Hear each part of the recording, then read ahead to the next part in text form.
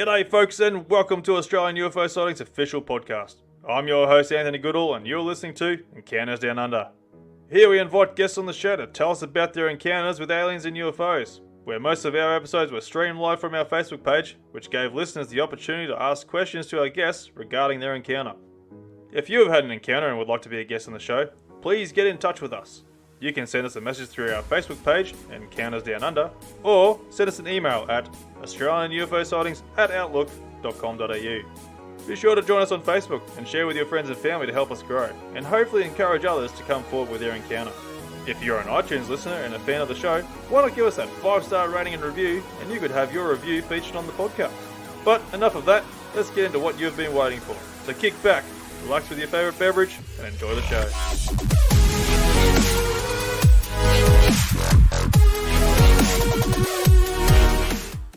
G'day folks and welcome to another episode of Encounters Down Under.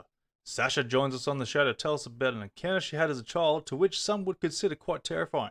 She also goes on to talk about her family's history experiencing the unknown and what could potentially be a form of unnatural abilities. So please welcome to the show, Sasha. Welcome to the show there, Sasha. Hi Anthony, thanks for having me. It's great having you on. It's absolutely awesome. Now, some people might not know you from the Believe podcast there. They might have listened to your stories there beforehand, but I just thought it was about time to get you on here and go and get my version of it. So, it's great to have you on. Yeah, great. Happy to be here. So, look, start from your youngest experience there that you can remember, and basically just take us through your whole story of where this whole encounters have been happening. Yeah, so this kind of stuff has been going on throughout my childhood since the earliest memory that I have, that I always like to lead with whenever anybody asks me about this kind of stuff. So my mum and sister and I were doing the typical yearly drive that we do to Whyalla to see family out there. And I was about 6 years old at the time. My sister was about 4. So I'm guessing it was around 1993. And so we were between Whyalla and Port Augusta. There's a stretch of road just between there that things frequently happened on each time we would do a trip, almost every time actually. So this encounter was probably the first one that really sticks out to me.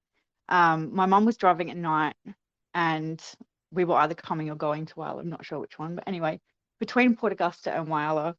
And my sister and I just happened to look out the back of the car. It was a really dark night. It was a clear sky though. No clouds, all the stars could be seen.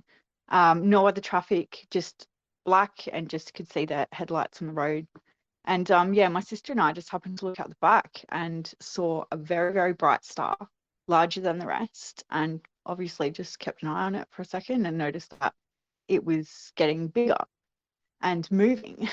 And we just said to Mum, "Hey, Mummy, there's a star behind the car. It's moving. It's getting brighter. It's getting bigger."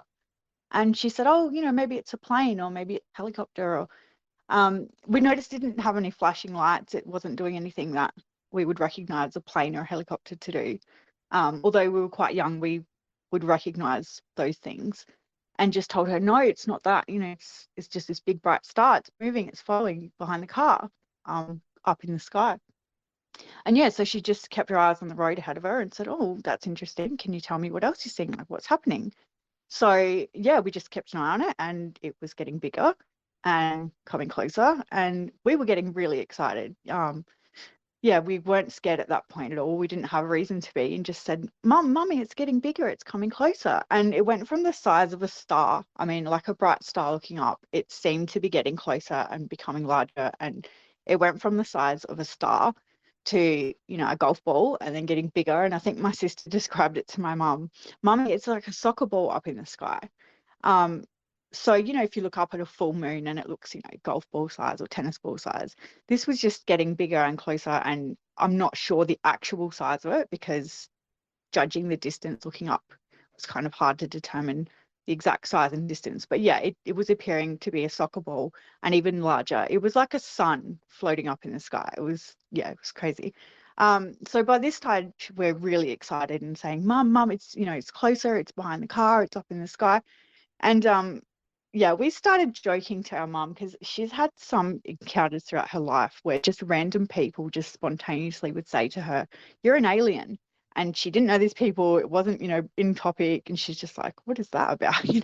And she had told us this because we would just talk about, weird things when we were younger, and mum told us people had called her an alien. So this was just a perfect moment for my sister and I to just say, hey mum, you're an alien, why don't you talk to the aliens? And she just laughed. Exactly. She's like, oh, come on, it could be anything. I'm like, mummy, talk to the aliens. Come on, you're an alien. And we just wouldn't let up. And she's like, oh, come on. All right. And she just kind of humored us and went along with it for a minute. And we're still watching this ball of light up in the sky, just following us. And she just kind of humored us and just went sarcastically, scoffed a bit. No, all right. If you're really out there, if you really exist, and we're giggling and watching, keep in mind, I'm driving a car.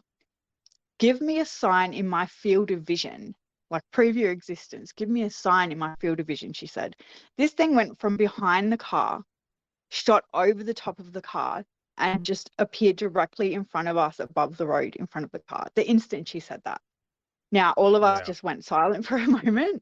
I remember in my child's mind, that was evidence. In my mind, she's an alien. These are aliens. What's going on? Like, I just remember freaking out. Like, the excitement just disappeared and just became terror for me. That was enough. I instantly pulled my knees up to my chest. I buried my face in my arms and I just freaked out. I didn't want to see. My sister and mum were saying, oh, Sasha, look, Sasha, look. And this thing was, above the road, keeping pace though. My mum was still driving and this was keeping pace with us. I do remember seeing that it was just matching pace. We were driving towards it. It wasn't getting any closer or going further away at this point. Um, and I did look up. My sister, she was braver than me, 4 years old, shaking my shoulder. Look, Sasha, look. And I just remember them saying, you're missing it, you're missing it. And I thought, all right, just had another peek. And looking through the front windshield, we just saw three smaller orbs come out of this big white one and just do this little formation, little patterns around underneath it in formation. And that was enough for me. I either I either blacked out or passed out at that point. I was crying. I remember saying to mummy, make them go away, make them go away. And at that point, I just blacked out. My sister and mum told me that the three smaller ones actually returned back into the larger one and that it just took off. It just shot off into the sky, rapid speed, and just vanished. Yeah. That's incredible. That would be terrifying. Like the fact that your sister and your mother weren't really overly terrified, they're still like rather amused by what's happening. Like usually other people will be like freaking out, going, "What the hell is going on?" Well, yeah. It was over the top for me. I couldn't comprehend that. Yeah. So the larger craft, was that still like the light, or could you actually see like structures or like some sort of design to the craft?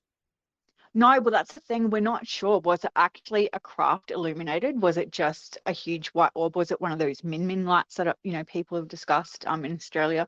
We're not sure what it was really. It was just so brilliantly bright. Um, and I have mentioned telling this to other people before. I think it's significant for some reason. But being as bright as it was, it actually didn't have a glow around it or like a halo of light. If you look at a street light or something, there's that hazy glow around it. It didn't have a glow around it. It was just so inwardly bright that the edge was such like a sharp, defined, bright edge. And I just remember that being really significant. It just stood out to me that as bright as this was, it was just such a sharp, defined ball of light. Yeah. Yeah. So was it actually illuminating the ground as well, or is it just more its own light? I can't actually remember because by the time it was in the front of the car, the headlights are still on. Looking at the back, it was quite high up. So by the time it came over the top of the car, and it was above the road, I couldn't really tell. But just looking at it, it hurt my eyes. It was like looking at the sun. Yeah. Yeah, because I was going to say like possible min light, but I don't think we've ever like, well, when people talk about min lights, they don't really talk about them coming from the sky and then coming from, And other ones coming out of it, yeah. yeah, and And especially other ones, yeah. the larger one was about the size of a small car from memory by the time it was in front of us. It was quite large. Yeah, that's incredible. Yeah. The smaller ones that came out of it were about a quarter of the size or a third of the size. Yeah. Yeah, so it makes you wonder, like, were they like part of the structure, or well, what part of a structure of a craft could they have been to be doing that? but it more Yeah, leads me to incline that they are just forces of light, or something that's intelligent, a light being or something. It's I don't know how you can really explain it, because yeah, it's just light. And I don't really recall hearing or anything of that nature where a light has is able to go and produce its own, I don't know, baby lights, I suppose you would call them. exactly. Yeah. And I've heard stuff, min lights or ball lightning or balls of gas and that's the thing. My mum, she's always, since we were kids, as much as we loved sci-fi movies and, all these paranormal and mystery shows, she always kept a very scientific, skeptical mind, an open mind, but, really projected that onto us as well, raised us to question, but, keep skepticism about it. Um, but yeah, just work with the facts. And the facts were these three smaller balls coming out of it. They moved in formation. They moved in a pattern. There was some type of, significance to their movement. They weren't just floating around like a bubble in the breeze. There was something controlled about it. So sorry, whether or not that was a craft, yeah, or just I mean, a ball of light, ball of energy. Yeah, it's hard to say what that was, Yeah, but it definitely wasn't a plane. It definitely wasn't a helicopter. definitely not. So, like, how long do you think this whole experience took place? I Well, think, obviously you've blacked out, yeah, but yeah. from memory, I mean, I'm guessing from the time that we saw it in the sky initially as a star to the time that it took off, I'm just guessing about 10 minutes all up. Geez, Um, that's a fair time of this whole it is, encounter. yeah. I just remember the discussion and laughing and joking and just kind of seeing what would happen for quite a bit until my mum spoke and actually responded. That's when it really hit, and it just, yeah, it didn't last long after that. Yeah, was there any other cars on the road at all? No, no. Because I'm not sure if you like heard, like, that when it comes to interactions with these crafts or whatever these things are, there's been times there where, like, people that haven't come across a car for like so long, and it's Hmm. almost like as if the whatever's controlling these crafts, or whatever, whatever you want to call them, they sort of seem to be able to put you in like some sort of dimension where there's no interaction with any other sort of outside Hmm. sources, Yeah. which is really strange and peculiar. And so it makes me sort of wonder, like, if you guys happen to be into this situation there where they put you in some sort of dimensional field or something like that, if that makes sense. Yeah, which is strange because other experiences that we've had, even if we had another witness with us, in the car or wherever we were, there weren't other people around most of the time. And then oddly enough, on occasion when something did happen and other people were present, I've had it happen myself, and my mum's also had it happen that other people were there and just didn't see it, didn't look at it, didn't look up to notice.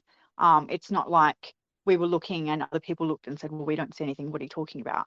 It's just situations where my mum would bring that up with us after and say, what is it about?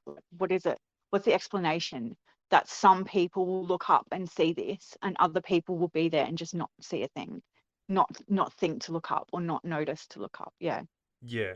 Well, especially as, like, today's sort of civilization, everyone's all stuck in their phones these days, so not a lot of people are looking up and they're not really aware of what's Yeah. surrounding the surroundings. So that'll play a big portion in today's sort of society in that sort of Yeah. case. But yeah, there always has been a question too, like, are some people with the ability to be able to see these things more recurringly, or is it some people like just have this little one-off sort of experience, but then some other Yeah. people just have no experiences or encounters at all throughout their whole life? And so it raises the question, what's the go there? Like, why are there some Yeah. It's people like who some seem to have people the seem ability or not?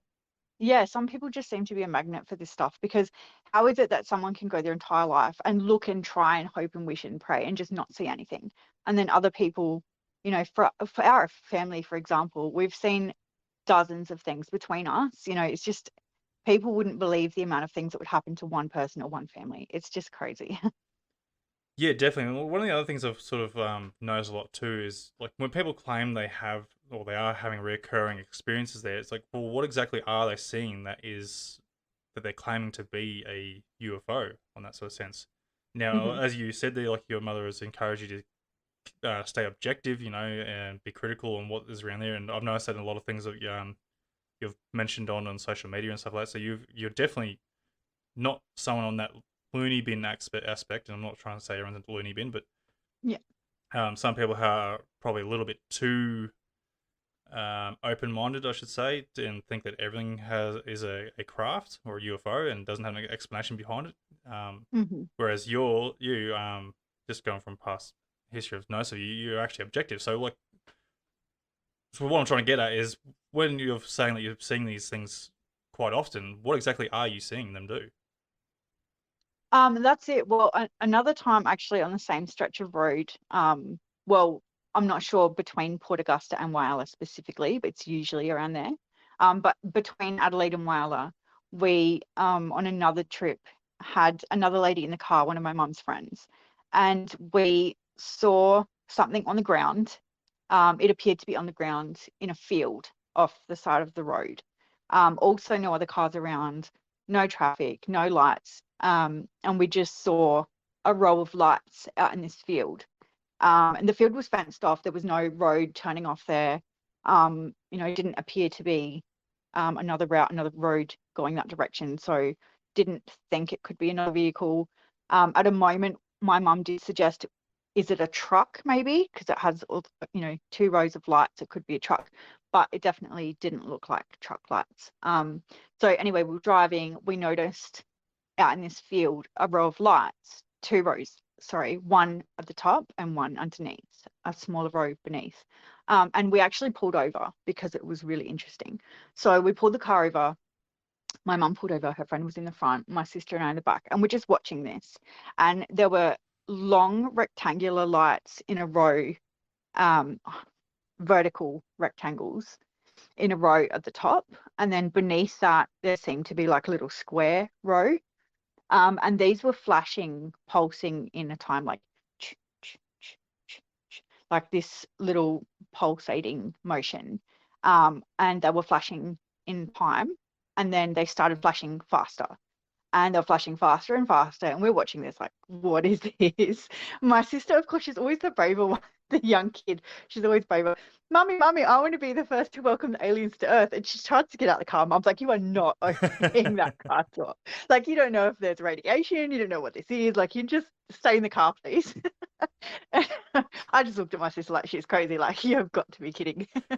And yeah, actually, the lady in the front, she was quite religious, and she was getting very, very nervous. And I remember she was kind of putting her hand to her chest. I'm not sure if she made the sign of the cross, and she was saying to my mum in Italian, she was muttering something about, please, can we just leave? And she wasn't happy with this at all.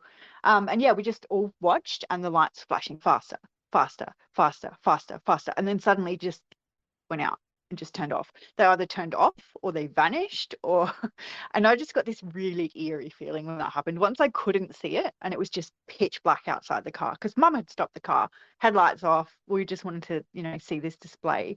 And I just remember getting this really creepy feeling like, okay, start the car, let's go. And Yeah. yeah, watched and waited and didn't see anything. But that definitely looked like it was on an object. That didn't look like, a ball of energy or something. That looked like it was on something physical. Yeah, right. Is it like something I should have asked you too with your your prior experience and this one as well? Like, did you experience any like sort of missing time at all that you noticed? Not on those occasions, no. My mum did experience missing time herself when she was younger in her 20s. And that encounter that she's told me, that always gave me the chills, that one. Um, I could run that by you if you want, but myself, no, I don't think I've experienced missing time. Yeah, no, that's fine. Is your mum open to like coming on the show and talking about her experiences at all? Do you know? Unfortunately, she's got dementia now, so That's she's unfortunate. yeah, she's not in the best mind to recall things as well. No, sorry to hear that. That's unfortunate. Yeah, that's sad. It's a horrible um disease, and yeah, hopefully, well, all the best for you and the family when it's yeah. Thank Anyway, you. Yeah, she's got mostly better good days at the moment, so no, that's that's all right. good. That's good. Yeah, no, my nan had dementia there, and it was horrible to see it go through. And then yeah, I totally understand what it's all about. So, but yeah, luckily for her, before she passed, she still had a bit of a good mind about her. But it's just obviously Hmm. when the body sort of gives up, that's about it. Yeah. But anyway, going on.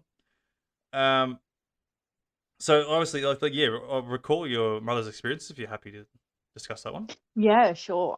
This one, she's had a lot of odd experiences since she was a kid. She had a lot of UFO experiences when she was younger as well, um, and a possible abduction experience as well that she recalls.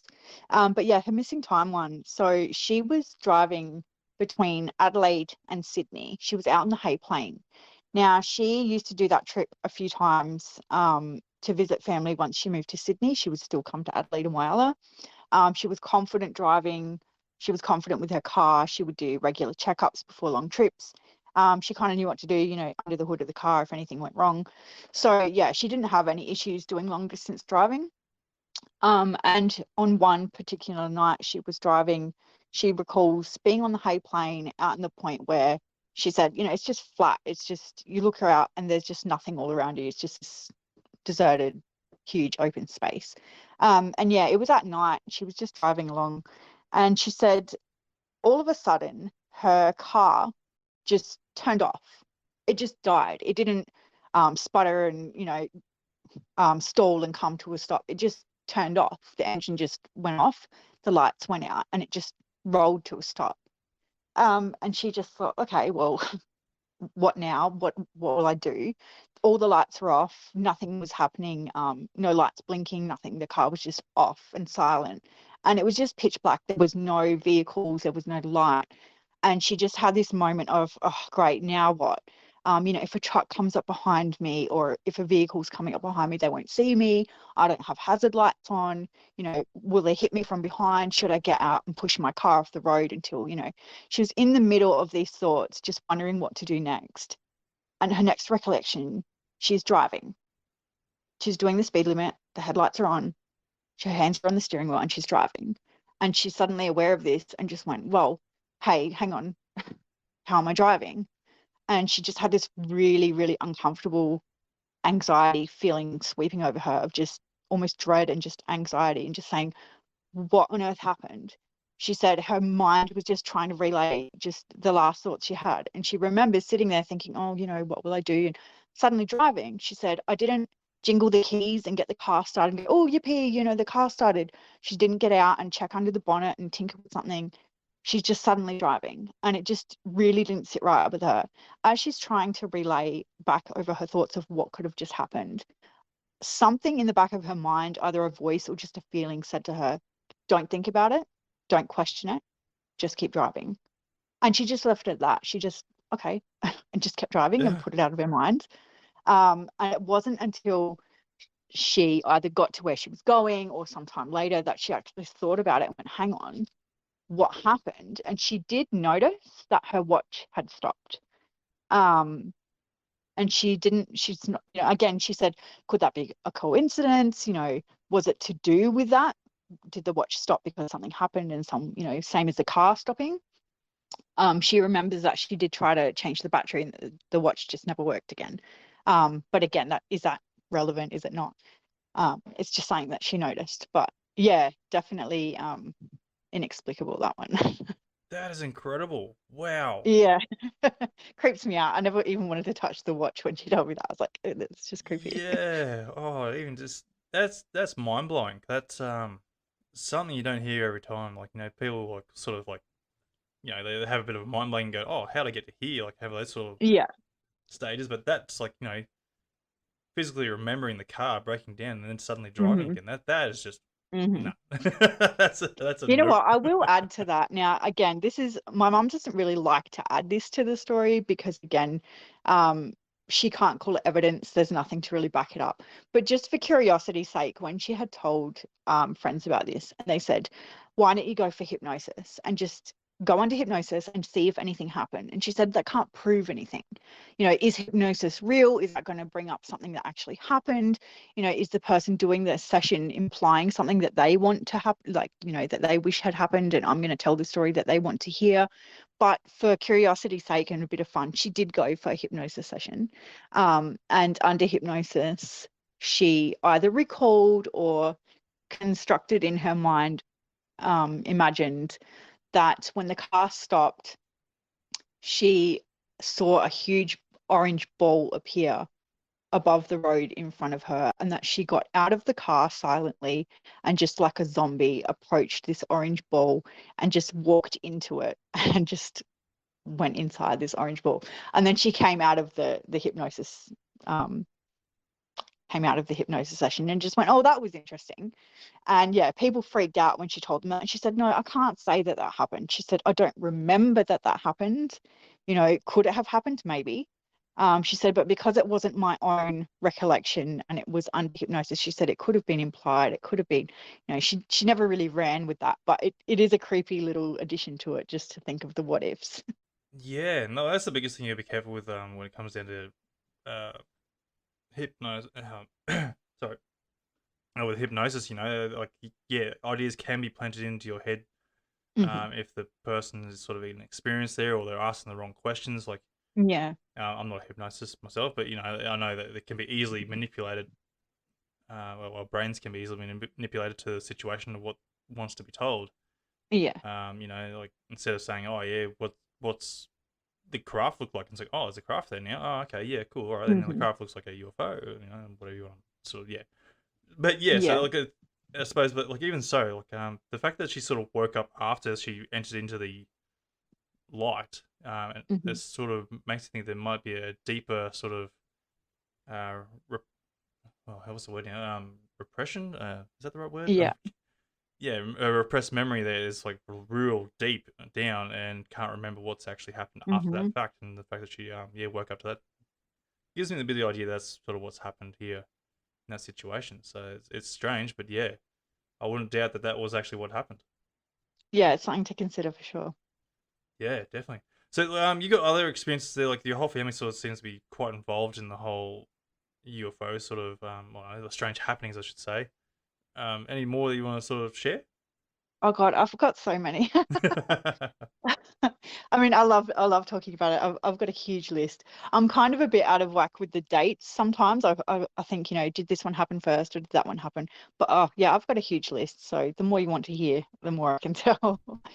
Yeah. Um, yeah, and my mum's experiences too. She did give me permission to share them quite a while back. So um, I think it's I think it's really interesting that she has had so many experiences for herself when she was younger. And then, we were kind of added to that, I guess, for it to have continued for my sister and I as well with her. I just think that that's pretty interesting. It's a family thing. Um, but yeah, my own experiences. What was another one? I did have one experience during the day. Um, this was in, mm, I do have the date somewhere. I think it's September 25th, maybe 2012.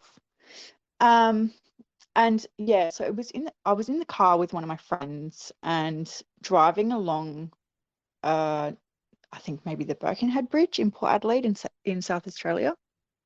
I can find the exact bridge name. Anyway, it was a lot of traffic on the road, blue sky, no clouds, very busy traffic time, 4:30 in the afternoon. And I was a passenger in the front of the car. And I just remember thinking what a great sunny day it was and looking out across the water towards the Fisherman's Wharf markets in Port Adelaide. And something caught my eye and I looked above the market's sheds and there was a very, very bright disc-shaped glowing object just stationary in the sky. And I went, whoa, like, hey, what's that? And there's a lot of traffic, and there's a lot of people, and a lot of, cars on the road. And my friend who was driving, he was just a bit frustrated in the traffic and he wasn't really looking. And I didn't even think to say anything. I just went, whoa, I just stared at it for a second. And I was trying to think, what is that? And yeah, it was just this disc-shaped very, very, very bright light, just stationary, just hovering there against the blue sky. And I went, what is that? And by the time I turned to him to say, hey, look, the traffic had started moving and we turned away from it to head towards my house that he was taking me to down the road. So we turned away from it, it went out of view. And I just went, what? Hey, what? Wait, did you see that? There was a UFO, there was a bright light. He said, no, I didn't see anything. What? He was just grumpy with the traffic. And I said, oh my gosh, there was this like thing glowing. It was just sitting there. And I only saw it for a couple of seconds to just really look at it and just see that's unusual. It's not moving. It's very bright. I just saw the shape of it and it just stuck in my mind. I thought, wow, that was something. And yeah, by the time I got home, another friend came and visited me the next day. And I said, hey, I saw this light yesterday, this glowing object. I wonder if anybody else saw it. It was in the daytime. It was so many people, and I was just reliving the experience. And just casually, he just went, "Well, have you looked up on YouTube?" And I said, "What are the odds of that?" And he goes, "Well, if you saw it, somebody else must have seen it." And I went, "Oh, hang on, okay." And I just simply typed in September 25 Adelaide UFO sighting, something like that. And it actually came up um, the very same day that I had seen it the day before. Somebody filmed a UFO in Adelaide um, that night. So it was the same shape as what I saw, but in the video that they filmed at night, it was just a row of lights. So in the daytime I'm sure it, probably could have been the same thing. It was the same shape, but when I saw it in the day, the lights, if they were separate, had all blurred together as one glowing light. But yeah, the video that they filmed that night showed a row of separate lights. Helicopters actually approached the object that they filmed, and they got a good few minutes recording of this, which I'm pretty sure it's still up on YouTube. Actually, I looked it up recently. I'm So, about to look for it now. sorry. I'm about to look for it now. Oh yeah. I have it saved. I could find the actual title of it if you can't pull it up. But yeah, I found it really interesting. They didn't add I think the video that's actually available now is not uploaded by the original filmer, the person who filmed it, unfortunately. So they didn't give the exact location of where it was filmed. But yeah, I think even my old YouTube account has commented on there saying that that's what I saw. Um, but that's pretty cool that somebody got the same thing Yeah, that's that I cool. saw. Yeah. Because I was sort of going to say, like, is there any chance you possibly could have mistaken it for a plane with a small contrail, or was it a bit too close for No, sunlight? no. It just looked like a brilliant bright white disc just hovering there. And it didn't move. It didn't have any other flashing lights. It wasn't like it just looked like a glowing disc. Yeah, no, that's fair Yes. enough. And like the fact that someone else has seen it later on, roughly in the same location, maybe, Yeah. certainly adds a lot more credibility to it. I'm just trying to find it Yeah. now. I can't really seem to find anything at this point. I'll see if I've got it here just while we're Yeah, it's talking. fine. Excuse me. Um, but no, that's crazy, and it's a shame that your friend couldn't sort of get time to have a look there and sort of get a bit of a second set of eyes on it, because that that always helps the situation and sort of bit of adds value to the whole encounter. That's for sure. Yeah. Um, just while I'm trying to find that video, another encounter I had, I'm pretty sure it was the same year, actually. This was another one that was just a bit too close for comfort for my liking. Seeing it up in the sky is one thing, but having it as close as this next one is just, yeah, too much for me. Um, so I was living in North Haven in South Australia, and I remember I was just sitting in my room, which was at the front of the house, and I had quite large windows from floor to ceiling. And I had the very heavy drapes open, so the street lights were coming in. I could see out. I had my bedroom light off, so no one could see in if they're outside. And I was just laying in bed, and I couldn't sleep, and I was just feeling a bit, I don't know, insomnia, I guess. And I tried to just close my eyes and just relax, and I was just feeling a bit, I don't know, tense or something, or just anxious. And as I closed my eyes, um, the room lit up, the room illuminated so brightly, as though it was daylight. And I just quickly sat up in bed, opened my eyes, thought, what is that? It was not, a car going past. Like the room, like with my eyes shut, I could see bright light in my room. I quickly sat up. I looked outside my window, and cruising down the street just casually was a huge ball of white light, the same as what I saw that time in the car with my mum and sister. And this huge ball of light is just cruising slowly down the street about a meter above the road, so very low to the ground, and just cruised past my bedroom window, kept going down the street, past my driveway, kept going, and I was just staring at it. I'm pretty sure my mouth dropped open. I was just staring at this like, what? And the second it left my sight, I quickly noted the time. I had a clock next to my bed, and it said 3:38 a.m. Um, and that was December 21st, 2001. Yeah, so not the same year as the other one. Yeah, and I remember noting that time and just going, what? And as soon as I saw it and looked at the time, and I just had this very, very strong, almost pulling sensation to go outside. And then my immediate conscious thought was, no, I'm not doing that. Why would I do that? I'm not going outside. But the fact that I felt the urge to go out there, I was so drawn to go out there, it creeped me out because there is no way that I would want to go out there. I'm scared. I don't know what that was. I don't want to go out there. So why do I have this very, very strong urge, like a magnetic urge to just go outside? I just had this feeling that I just need to go outside. And I instantly shut that down in myself. Like, what are you thinking? You're not going outside. Yeah, the feeling really creeped me out because I'm like, that is not my intention at all. Yeah. So, yeah, that was really weird. Did you Very, happen to very talk to close. any neighbours, see if like anyone might have been awake at that time and seen this at all? No, no, I didn't even think. No, I didn't even think to ask. Ah, No. bugger. Yeah.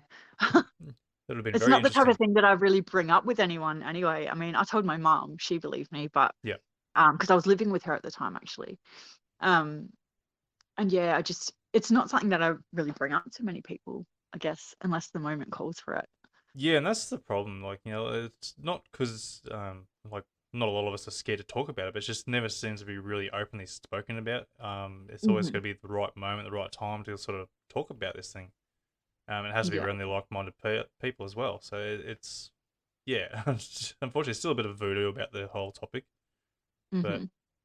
and I think it's still slowly changing, and we're getting there eventually, and it's becoming a lot more open, and that's the whole idea of doing this. Talking about these things that because like for one, they're real. People have seen them worldwide, and unfortunately, the stigma is still attached to it. And one of the reasons doing this is trying to get rid of that stigma and that's still attached to it. Get people a lot more comfortable, a lot more open to the idea that this thing is a reality. Yeah, definitely. Actually, on the topic of orbs, I mentioned this to my sister the other day. I said, "Do you remember this?" She's like, "Yes, ma'am." When we were kids, another small incident. So I guess it's not a UFO. It was unidentified and it was flying. But so my sister and I were at home and we had a two-story townhouse. We lived in with our mum. And underneath the stairway, there was like a little triangular just storage space under the stairs. And my sister and I kind of made a little cubby house and we would open the door and call in and put our little blankets and posters up on the wall inside there. Um, and we would take a torch in and stuff, and there was no light. And anyway, so we were sitting in there one time. It was during the day, but it was pitch black in there. If you shut the door, you'd have to put a little torch on. And yeah, we just sat in there and we shut the door and we were talking, giggling, and whatever. And we had the torch off. So it was just black. And then suddenly, a tiny little, I think it's like a pea size, like a tiny little orb just appeared and illuminated the whole little space that we're sitting in. And I think it went between us. We just stared at each other and looked at this little glowing ball, and it just floated very softly and like floated like a bubble and just cruising around. And we're just staring at each other and staring at the little orb and staring at each other. And my sister, God, she's always the braver one who just like takes the risk to just try something. I swear, I just think she's crazy half the time. We're like, what are you doing? And she just put her finger out and just poked it. She just stuck her finger straight on it and it burnt her finger and disappeared. Oh, And geez. it burnt the end of her finger and it just vanished, like it turned off. She just poked it out or something. Well, that And definitely rules out a firefly. yeah, yeah, that's it. Yeah, it just appeared from nowhere and it burnt her. Yeah, I mean, well, that's what you get for sticking your finger in a glowing orb, sister. Like, what are you doing? But Wow. yeah, just I mentioned that to her the other day. I'm like, do you remember that little glowing orb that burnt your finger? She's like, yes. Jeez. Yeah.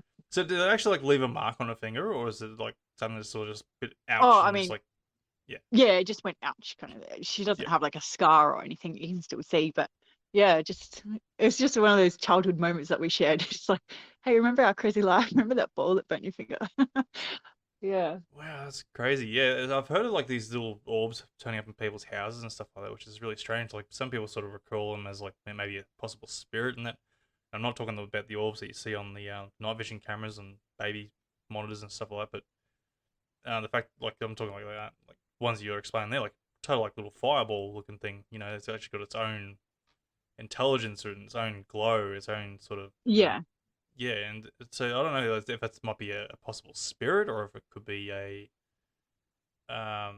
something related to the whole UFO ET sort of agenda there. I'm not really sure. It's one of those things we'll never really know, I suppose. But still, Yeah. either See, way, my it's mum, interesting and scary. yeah, exactly. It was exciting and it was interesting, but then when it burnt her finger, it was like, it scared me because I'm like, oh, it can kind of hurt. Like, what is it? But I mean, it went away, it didn't come back. But explaining that to my mum, she would just put it down to, static electricity or something, or, you know, energy transferred into, she'd try and explain it to us scientifically as kids. And sometimes you just go, Mum, it was just cool, right? Do you have to take the coolness out of it? Yeah. Put it down to something so specific and, so sensible. Can it just be something magical sometimes? Which it was, even with the scientific one, some of it, I look in my mind, in my life and just go, wow, it's magical. It seems amazing to me. It just seems just like my mum would say, a charm to life. Yeah. Yeah, well, that's the thing too. Like, is it a form of magic? Could it not be anything to do with ETs or of a paranormal nature? Could it be like a form of magic that's sort of slowly coming through and around the right people that have that sort of open connection to it? Yeah, It's and see, this is the kind of stuff that I love to question. I love exploring every possibility and just going, what if, what if, what if? And it's just something that's always been such a huge part of my life, and I've always just had a huge interest in it. yeah, no, it's always So been yeah, interesting I love too. the questions. I Definitely, love yeah, the because what ifs. like there's always been like a history that there's a magic as it exists throughout the ages, Yeah. and why it died out, I'm not sure. Is it because human civilizations sort of disconnected it from that? Because witchcraft was a massive sort of voodoo back in the day. There were burning witches at the stake, and Hmm. anything that did involve magic was dark and evil, and so it got shunned out of um, civilization very quickly, especially Yeah. like the medieval sort of days and into the 1800s and whatnot. So, and it is today because we're sort of we're sort of getting away from all that sort of, um, the old, what would you call it, like medieval times. And we've been more open to the possibility that these things are existing and they're real. Magic is real, ETs are real, Hmm. paranormal's happening a lot more. There's a lot more cryptid sort of stuff coming out now. Like they're starting to come back around, and people are seeing these strange things. Um, so it's like, well, what's happened there? Like, is our human civilization changing, adapting to be more open to that, or are these things just more so just coming out of the woodworks now and just Hmm. showing themselves a lot more? I don't know. It's a Yeah. good question. So I can't Yeah. seem to find this thing on YouTube, unfortunately. It's Oh, sorry. Yeah, and I got distracted and I stopped looking. no, you're right. I've been trying to look um, down. This got one there in Antifa 2018. There's a photo. strange unidentified Oh light. no, yeah, I have it. Yeah. So if you type in UFO, Yep. Adelaide, Australia, All right. Yep. 25th of, just say 25th September 2011. There we go, 2011. Excuse me.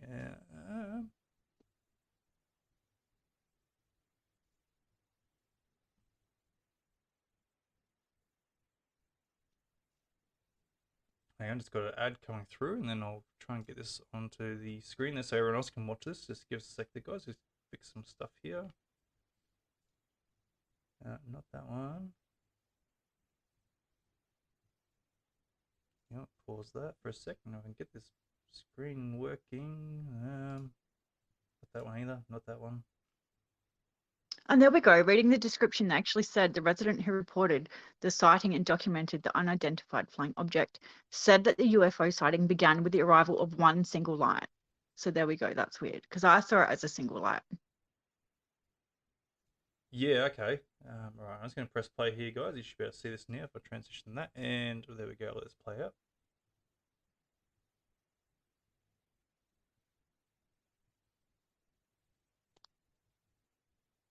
So the object was extremely large and low to the ground, moved slowly but sometimes remained stationary, became very bright. Number of lights seemed to be changed and faded. Lost it. Didn't read it quick enough. But I think you just read the same thing, didn't you? Yeah, yeah. That's all good. So for those who are listening on the podcast, there is a strange light. It's got two lights. Oh no, there's a third one next to the second one on the right. So that's strange. You can definitely rule out possible landing lights, and it seems to be quite stationary. Yeah, if you skip to probably say like 2 minutes in, you'll see a better That's shot all of right. it. We'll roll through it and see where it's going to go. The camera seems to keep going in and out of focus, and oh, now we've got more rows of lights now. Wow. Okay. Yeah, it's pretty cool. So, so two bright lights on each end, and then got three on in the middle there, and it looks like there might be another one on the right hand side at the back of it, like as if it's you're seeing the front of the craft, and then you can see a little bit of a glow on the back of it from the angle of perspective, which is very interesting. And yeah, definitely rules out landing lights. Because if this whole video goes for 6 minutes, then like that thing would have been landed by now, going by its height and its distance. So, but it is slowly moving. It's gone through the trees, or unless old mate's moving, it's hard to sort of tell.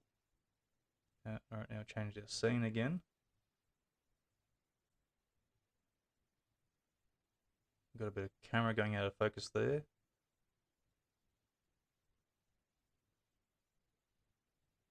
It literally looks like a car's headlights, and with the three spotties in the middle of it. Yeah.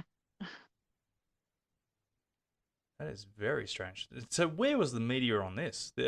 Surely someone's would have shared this to the media and gone, "What is that?" Or it sort of should be some sort of, news outlet, social media, especially like Yeah. was it And I don't 2011? remember, yeah, I don't remember hearing anything about it. If my friend hadn't even told me to just randomly check on YouTube, I wouldn't have even seen the video, because I really didn't think anybody else saw it, because I mean, being in the car and seeing all the traffic and everything, somebody maybe would have seen it. But nobody reacted, no horns honking and somebody pointing out the window, and I just thought, oh, did anybody else see that, or was it just me? Or I didn't even react quickly enough to say to my friend to turn his head and have a look. So Yeah, yeah, I was just really which is glad that usually the somebody case in caught that something the situation. same night. Yeah. So I'm almost looking, seeing if there might be a second light on the right hand side of that light. So I'm just going to pause this here so I can read this out for the people who are listening on the audio version. So about 45 minutes later, there were half a dozen helicopters and a couple of planes and military jet scouring the area and surrounding areas with spotlights. This lasted until after sunrise, so that's a fair time. I do not live near an airport and have lived in the same area for over 17 years. I've never witnessed activity like this before. The most you will ever see is one police helicopter flying by once or twice a month, or light planes now and again. I've been watching the skies for about 7 months now and have noticed mainly in the last 3 months a large increase in UFO phenomena. I will be uploading more of these sightings shortly. So hopefully he did. So I'll go and play this back again. Just got the chat still there, the whole dialogue I've just read out then. And might be going to a different scene. And alright, here we go. Got another video coming through now. Not sure if it's the same craft at this point. It looks very similar. And it might have the helicopter. Yeah, you can see navigation lights now chasing this craft. Yeah. So yeah, that's definitely a helicopter.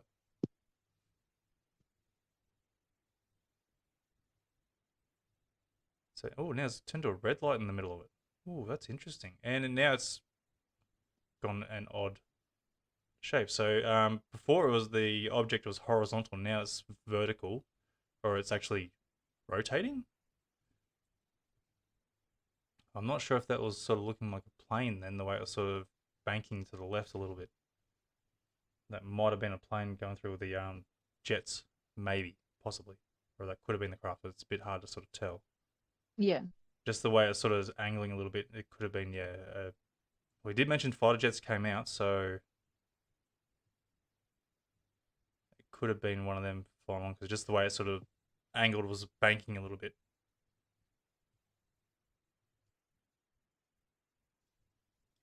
So now we just got the one object in the sky. Not really sure what that is there. The camera focus is going crazy, trying to get something there thanks to the darkness. And alright, no, this looks like the same craft. Two main lights on each side, and one in the middle this time.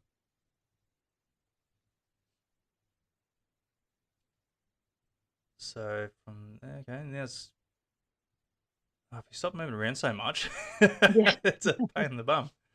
So there we go. Now we've got a helicopter coming through, which is going back to the same area, which it's probably gone. So it looks like this whole object took place facing towards the east, going from the sunrise there, and basically just questioning was it a UFO or not. So that's really interesting. And yeah, I was curious to find out where they filmed that, because if I saw it, if it's the same thing that I saw, in Port Adelaide at 4:30 in the afternoon, I'm just wondering, you know, where did it move to if it's the same object? How long did it hang around Adelaide for? It seems like it hung around all night. So yeah, Yeah, interesting. that is very interesting. Hmm. Oh, there could have been sand to this. I don't know.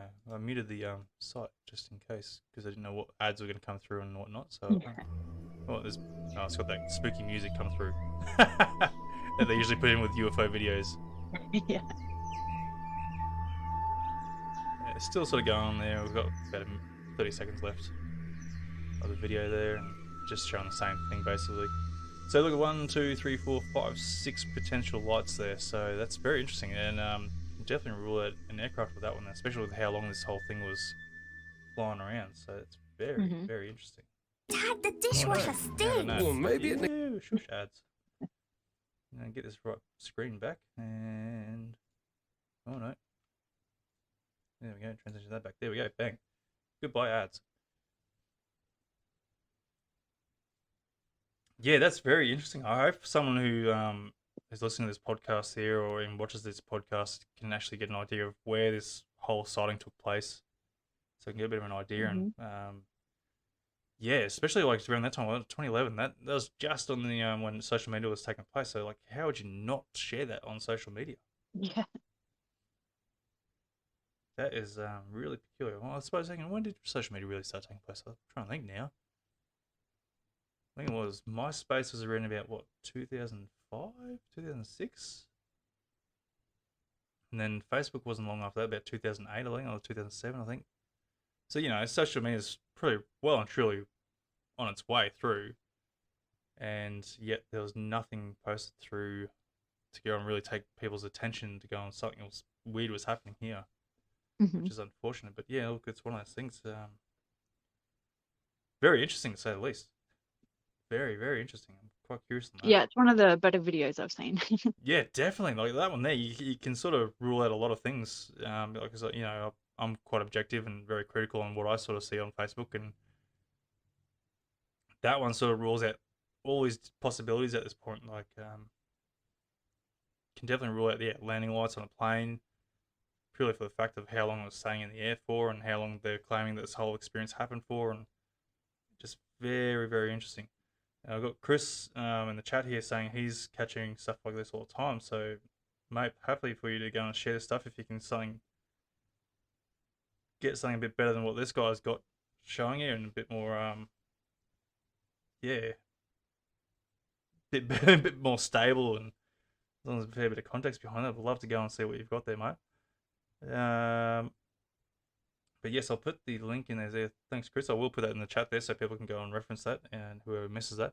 But look, you say that you've got like a bit of a paranormal background as well and sort of stuff, and like Yeah. going on to ET sort of stuff as well. Like, where you want to tell us a bit about which what was more prominent for you, the paranormal side of things, or was the ET sort of stuff, or UFO unexplained stuff?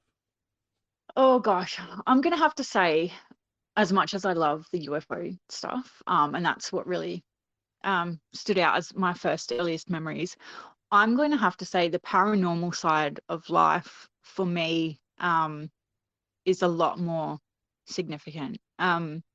Growing up with my mum and my sister, the stuff that would go on in our family home, sometimes there were other witnesses there, and people would kind of talk, and as much as mum got called an alien, I'm sure there was talk saying either someone did say to us or we thought it was something that she could possibly be a witch or something, and we had a bit of a laugh about that. Yeah, she's always explained to us in a way that it wouldn't scare us. So the UFO stuff scared me because I didn't know what that was. but seeing things, paranormal things at home, the way that my mum explained it, coming from her, it didn't scare me. I just thought it was cool, and we've basically got this super mum. So things would just happen with my mum around. Usually, I'll say as an example, one of the first things. So, for example, mum said, "Come on, girls, time to go to bed." And we were acting up a bit and just running a bit of a muck and just taking our time. And she was getting a bit frustrated. "Come on, it's time to go to bed. Go upstairs, brush your teeth, put your pajamas on." We're like, "Yeah, yeah, yeah." And she's like, "Look, I'm not going to ask you again. Seriously, go brush your teeth." Sounds like a story of my life. And we're like, "Okay, fine." So she was getting a bit, a bit more intense about it. And we're like, "Okay." So we went upstairs, and my sister and I, we walked into the bathroom, and we set foot into the bathroom, and the taps in the basin just came on full blast. Like it was like a waterfall, a powerful, powerful shooting of water just came out. And we're like, "Whoa, what?" And we quickly tumbled back down the stairs, like, "Mom, the chat's getting mom." And we're trying to like tell her, like each one like pushing in front of the other one, trying to tell her. And she just goes, "Well, I told you to brush your teeth." Like she did not care at all. She just said, I told you to brush your teeth, like what of it kind of thing. Um, another time, I remember I went to talk to my mom about something. She was sitting there by herself, just sitting at the table gazing outside, deep, deep, deep in thought. And, she always taught us not to interrupt someone, say, "Excuse me," or "Wait your turn," or, if you can see that the adults are talking, just kind of wait for a moment. And she was sitting by herself. She wasn't on the phone. She wasn't doing anything that I could notice. She was just sitting and looking. But I could see that she was very deep in thought and concentrating and very serious about something.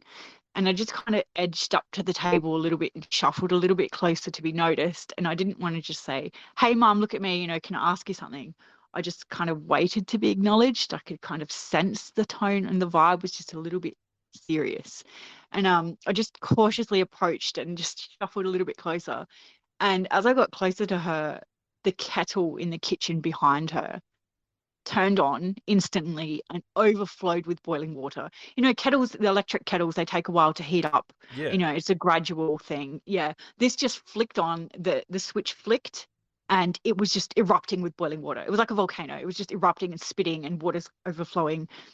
And she didn't react. And my eyes just widened. I remember I just stared at this kettle just doing its thing. And I just glanced at my mum. She didn't even look at me. She didn't even react. And she just quietly, very calmly said, "I'm boiling with rage." And I just shuffled back out of the room.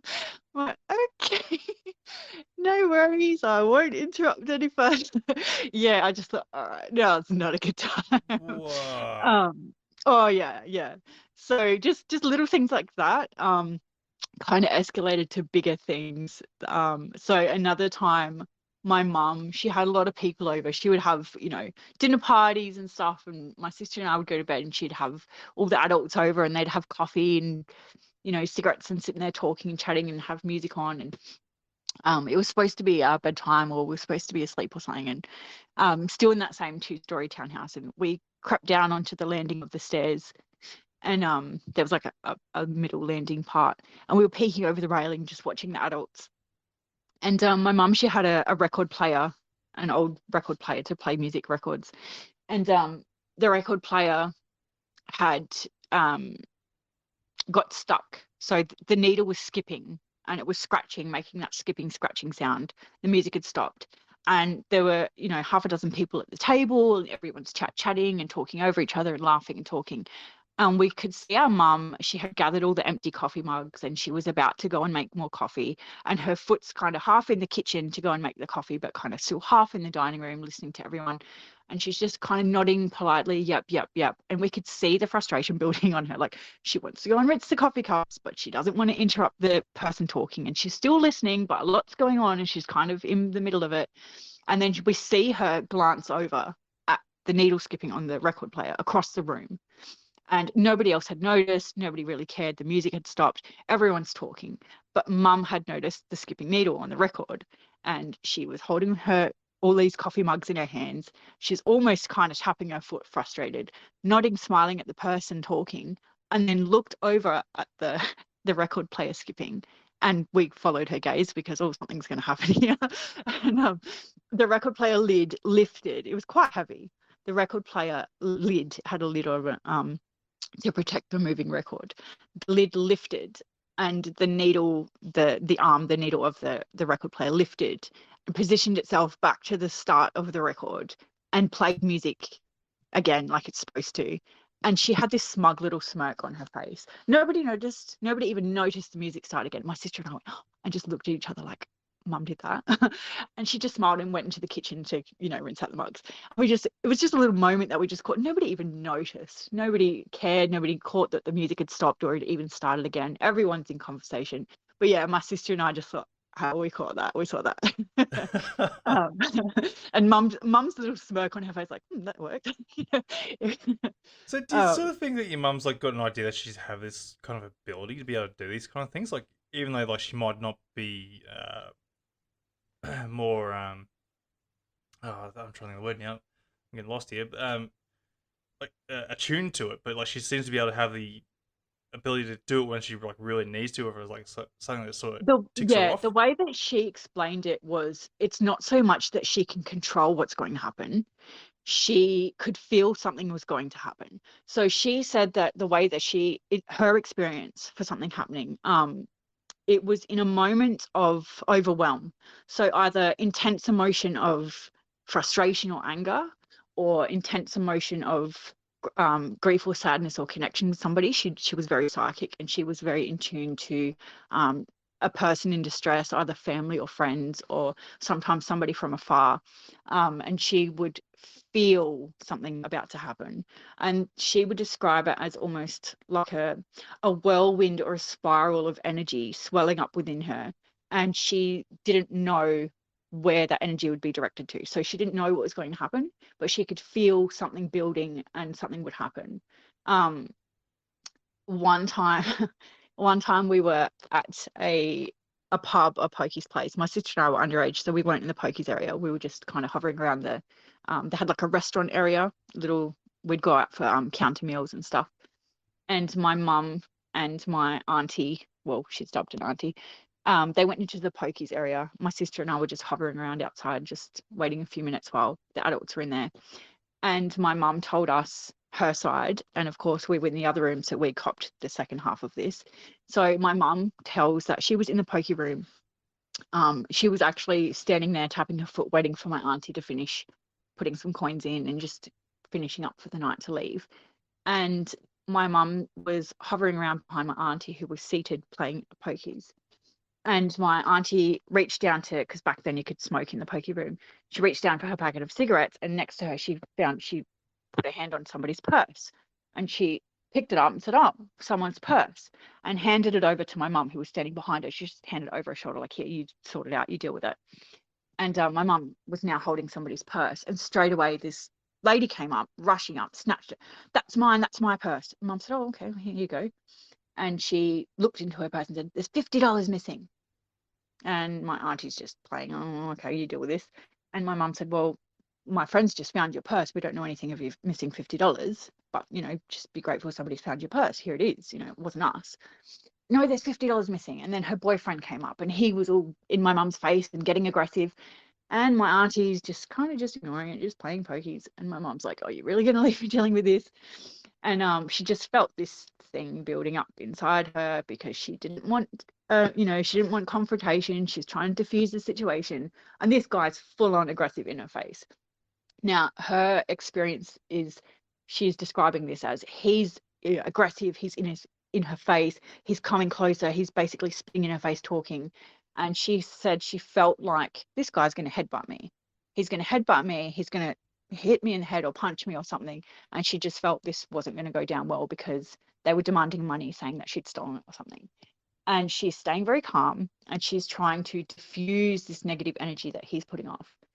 And she just said very calmly, you don't know me, you don't know who I am and what I do, and it's best for you now if you turn around and walk away. And he's scoffing, and he's in her face laughing, oh, who are you then, come on, and probably drunk and just aggressive and looking for a fight. She said, I'm going to tell you again, turn around now and walk away. And oh, all right, fine. And he eventually just turned around and pushed the doors. Now, the doors to the pokey area were swinging wooden doors that had glass panels in them. And there was swinging doors. They didn't have a latch. There was no handle. You just pushed them open to enter the room. This guy, we were on the other side of the doors in the next room. From what we saw, he put his hand on the swinging door. He didn't punch it. He didn't kick it. He placed his hand on the door to push the swinging door open. And the two panels of glass in both the doors shattered, just burst. It's like they just popped into a million pieces and just shattered down. Everybody turned and looked. Security ran over. The look on his face, and yeah, he was in shock because he didn't even do it aggressively. He did not slam those doors into the wall or anything. He touched the doors and the glass burst. And security grabbed him and, hey man, I just touched it. I didn't do anything. I didn't do anything. They took him and his girlfriend, they, kicked him out. And yeah, my mum and my auntie come out, well, it's time to go, I guess. And mum just had that little smirk on her face, like, well, I didn't have to do anything, did I? That took care of itself. And Wow. my sister said, Mum, this guy just touched the doors. He didn't. And she said, oh, all right, well, I'll tell you what happened at my end, but let's go. Let's get in the car and go home now. So, yeah, it's not a matter of her doing it. It's just she can kind of sense when it's coming on. And yeah, the best way that she tried to describe it to us, again, as kids, was, it's like a thunderstorm, the hot and cold, or the positive, negative, the energies colliding. She just said it's something like that. Something's going to happen. It's going to have a burst out of, yeah, energy, I guess. Yeah, that's incredible. It really makes you wonder. Like, is there some sort of like a magic behind all this? And like, have you and your sister like had this sort of same abilities as well, or had any sort of like feelings or anything that might be attuning you to this sort of same sort of ability, if you want to call it that? We've both had a lot of instances in our life where we've had psychic abilities come over us. It hasn't been, at least my sister, I'm not sure if she's been able to control it. I think she has. I think she's mentioned to me a couple of times where she intentionally could control it and use a psychic ability for something. Myself, I've just had it happen without, knowing it would happen, or without controlling it. Things have come to me. For example, I was in a not so great relationship in my teen years, just with the wrong type of guy. And yeah, one night, this is again, I was living with my mum, and he would come over a lot. He came over one night with a big black duffel bag, and he was very agitated and very angry. And he came into my room, and instantly I just had this sense of dread, and I had a very bad feeling looking at this black bag. And he was pacing my room, and he spotted my wardrobe and just went over there, pulled all my stuff out from the top and shoved it into the top shelf and put things in front of it again, shoved it in the back. And he turned to me and he said, you don't touch it. You didn't see it. It's not there. Don't even look at it. Don't think about it. Don't touch it. And he walked out of the room. And I stared at that wardrobe, and I could see the bag in my mind. And inside, I could see drugs, I could see money, and I could see a gun, a handgun. And I had this sickening feeling in my stomach, and I had this anxiety come over me and a lump in my throat. And I just thought, I can't have this here. I can't touch it. I don't want to touch that. But I don't know what he's done. I don't know whose that is. I don't know what this is about. But yeah, I couldn't sleep. I just felt sick having it in my room. The next day, he came to retrieve it, and he was pulling all my stuff out to find the bag. And I said, don't ever do that again. And, you need to take that gun out of here. And straight away, the look on his face, and he's like, I told you not to touch it, you stupid effing this and that. Why did you, if you've touched it, don't you understand? And I said, I didn't touch anything. And he goes, well, you obviously did, because how would you know what was in there? And I said, so there is. And he's like, well, obviously there is, because you touched it. I said, I didn't. Just get it out of my house. Don't bring it back here. Don't ever do that to me again. Just take it out. And he just wouldn't believe that I hadn't opened the bag to see what was inside. But obviously he confirmed that I could see what was in there. Yeah, that really creeped me out. Yeah, that's a really strange thing to sort of have, like especially in a time like that. It's like really weird. I'm sure it's not the first time it's been someone's had that sort of same encounter or sort of like a experience. Like because there's a lot of I think it's a lot of practice back in the '80s there during the Cold War and that, or even maybe before that where they was doing like remote viewing sort of thing. I don't know if that's sort of like that same ability you might have just done then at that time. It's it's certainly strange, but it's sort of one of those questionable moments. Like, does that sort of really happen? What I can see there, or is it like, and then especially getting the confirmation there from the Yeah, boyfriend at the time, there is like, wow, okay, so I wasn't really seeing things. It was just it was actually a reality. yeah. My mum actually practiced what did you just call Remote viewing. yes, remote viewing. Yeah, she actually practiced that and had it confirmed by people at the other end that she was correct. For example, she wanted to test how well it would work and how far she could actually do this. And she had a friend, her cousin actually, call her up from America in distress, knowing that my mom had these kind of abilities, and said, "Oh, I've lost my, I don't know, special necklace or whatever it was. It was significant to her, important, and she'd misplaced it and she'd lost it, or she thought someone had stolen it and she couldn't find it. And oh, where is it? And can you help me find it? And I don't know what to do." And my mom said, "Tune into the last place that you remember seeing it." "No, well, it's not there because I checked." And mum said, "I need you to retrace where you last stood when you last saw it and you had it in your mind." And she went and did that. And my mum could kind of pick up where she left off and recall. She said it was like she was seeing through her eyes. She could see through her cousin's eyes, and she could see her cousin's as though she was her cousin, as though she was having her cousin's memories of where she went and put this thing. And she retraced her steps in her mind and told her, "Go into this room. There's this wooden shelf cabinet thing, and there's a drawer, and you put it in there." "No, I wouldn't have put it there." She said, "Go and look and find it in this drawer and look down there." And she went and she found it. She said, "Oh my gosh, how could you have done that? How Yeah. did I not remember that?" And you went and you pulled out this. And my mum hadn't even been to her house. She's never even been, to America, into this house. Or, um, yeah, it's just, and she felt very pleased with herself. She said, "All right, well, it works as far as America." Wow, that's incredible. Yeah, yeah. So if your mother's having that ability, it sort of makes you wonder, like, what was happening during these, like, obviously, yeah, American governments and other governments of maybe Russia or whatever, and doing this remote viewing. Like, how much did they learn throughout these times, or what are they looking at us publicly, if they are at all? It just raises so many questions, and then especially like other people having these abilities as well. It's like, how much is their Now, lives are private if that's the case? right. Now, speaking of government and military and stuff, she was actually approached by the Australian military. They approached her at her home. They'd heard about her because she was in the media a lot as well. Not only for this stuff, but she had a career in the media since an early age.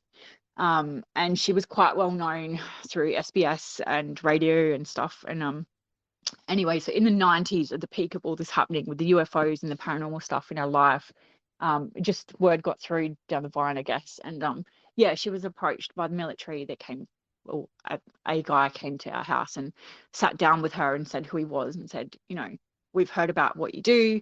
We're wondering, are you willing to kind of come on board with us and prove, like, can we test you out, what your abilities are?" They did ask her, "Are you able to do remote viewing?" She said yes. They said, "Are you able to, for example, hold a photo of someone, look at the photo of this person and tell us about them?" She said, "Oh, I'm pretty confident I probably could." And they said, "Can you do this? Can you do that?" They asked her a number of questions. And they said, "Well, are you willing to come to our base and run a few tests?" And she said, "I'm willing to do the tests if you're willing to release the results to the public." And he said, "Thanks very much. Have a nice day. If you change your mind, here's my card." And he Wow. left her a card. She showed me. She used to. Oh, she's lost it now, unfortunately, but she kept it for a few years, just as a kind of a bit of a joke for herself, I guess. Um, but yeah, they did approach her and just asked, and she just thought it was, pretty interesting, the kind of stuff that they were needing from people. But yeah, she had a friend who, sorry, I don't know how much I'm rambling here and going off topic, just No, you're interject fine. if you need. She actually had a friend who wanted to scientifically test a lot of her abilities, along with other people, if anyone else was willing and anyone else had these abilities. She was one of, I think, a number of people who actually um, applied themselves to the testings. But I think she and only one other person came through with the highest results for precognition skills, for telekinesis skills. that is like moving things with your mind, um, predicting the future, being psychic, telepathic. And she actually sat down for a number of these tests to be conducted in a scientific manner. Her results topped the charts beyond anybody else that tried. Her results are actually published in a book called An Excursion into the Paranormal. Um, and her initials in the book, she went under the initials DM, which I mean, I guess I won't really say her name right now. I don't know if I should or not on here, but yeah, her results are published in there. And that was some of the testings that she said she had to do was, for example, there was a computer screen with a little clown cartoon on the screen, stationary little figure. And with her mind, she was to make this clown juggle the balls that they were holding. And she did. And then stuff like she tried to dispute one of the tests, and the guy wasn't having it. He was getting frustrated. She said, "No, I refuse to accept the results for this test," because, for example, there was one test where she had to hold um, two little control panels in her hand, like two little buzzing buttons, connected to a box or something that had two lights on it, a red light and a green light. And before the light came on, or as the light came on, or something, just before it came on, she had to predict which light would come on, sporadically, randomly. She would have to push the button for the light that she believed would come on, and it either did or didn't. And she got it 100% of the time or something. Like, the result, she said the tests had to be done to a point that this is without a doubt, it's not a fluke, it's not by chance. The same test had to be conducted hundreds or 1,000 times, for example, to absolutely prove the results were not by chance. It had to have such a probability factor that, you know, it was just without a doubt proven that it was her doing it. And she disputed this one and said, I can't submit these results. And he said, "Oh, but you got 100%, and it went so many times." And she said, "No, I can't prove that this test proves that I'm psychic and that I could choose which light was coming on, because I could feel the electricity through the cables, the buttons that she was holding." She said, "I could feel which light was coming on. So it's not fair. It's like I'm cheating." And he said, "No, that couldn't be." She said, "I'm telling you, I could feel and sense in the machine which side of the machine was going to activate." So she said, "I don't like this test, and I'm not doing that." But yeah, all these kind of weird tests that she had to do, uh, move something else with her mind or predict something else. And yeah, anyway, the book's there, Excursion into the Paranormal, and her results are in there. She just found it very, very interesting, and she also wanted to tell people that this is something she believes that all humans are capable of under the right circumstances, or if we open our minds to this, or if we're aware of the possibilities that you know, that this is even such a thing, that it is real. She's never claimed like she's this chosen one. She's never said that, you know, she's, you know, the golden child. She's always said this is the type of thing that we as humans should look into for ourselves, as a society, as a species. She's always just put forward that people need to know this, people need to explore this, you know, maybe try it out for ourselves or look into how it's possible, and just not be so close to possibilities. That's really her main drive for all of this. Yeah, train the mind to be more open to this whole concept, and being able to open your mind to be able to even attempt this is a big thing in itself. Because I myself, I've tried doing like meditations, or trying to focus on something there, and within like maybe like a minute or two, I'm focused on something else. I'm like, I'm supposed to be focusing on this. Like, it's easy to distract yourself, and so it's a really difficult sort of thing to sort of try and focus on if you're going to try and do this thing for yourself. Like, I know some people probably find it a lot easier, but I know from other people's attempts at this, like, it's very difficult to try and keep that focus and try and maintain the focus, Mm-hmm. being the most trickiest part of that. And some people obviously have that ability where it just comes natural for them, and that's where I suppose throughout society, those kind of people who have that sort of psychic ability, or sort of like, they always there's always like a stereotype to these kind of people. Like, they're always carrying around crystals, or a bit of like hippie like kind of people. I'm not saying that's what your mother was or anything like that, but it those kind of people there that have that sort of abilities. Like, I'm sure describe them like gypsies, that kind of thing. Hmm. Um, and I think people sort of like put them down as like the crazy people. Sort of Yes. same, Yeah. sort of same sort of thing like UFO people. Like when they talk about UFOs, they're the crazy people.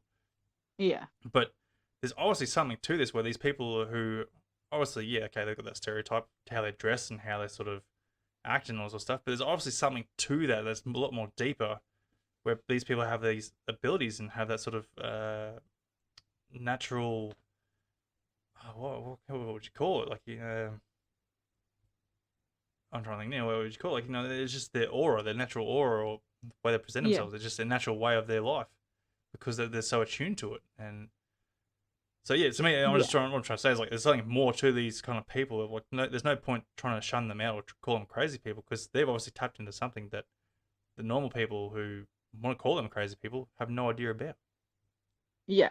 And that's it. I hear myself recounting these, recalling these things, and I would not expect anybody to just believe me. And I don't want anybody to just, believe me outright. I'm not here trying to just, gain followers for, your show or for myself or for anything.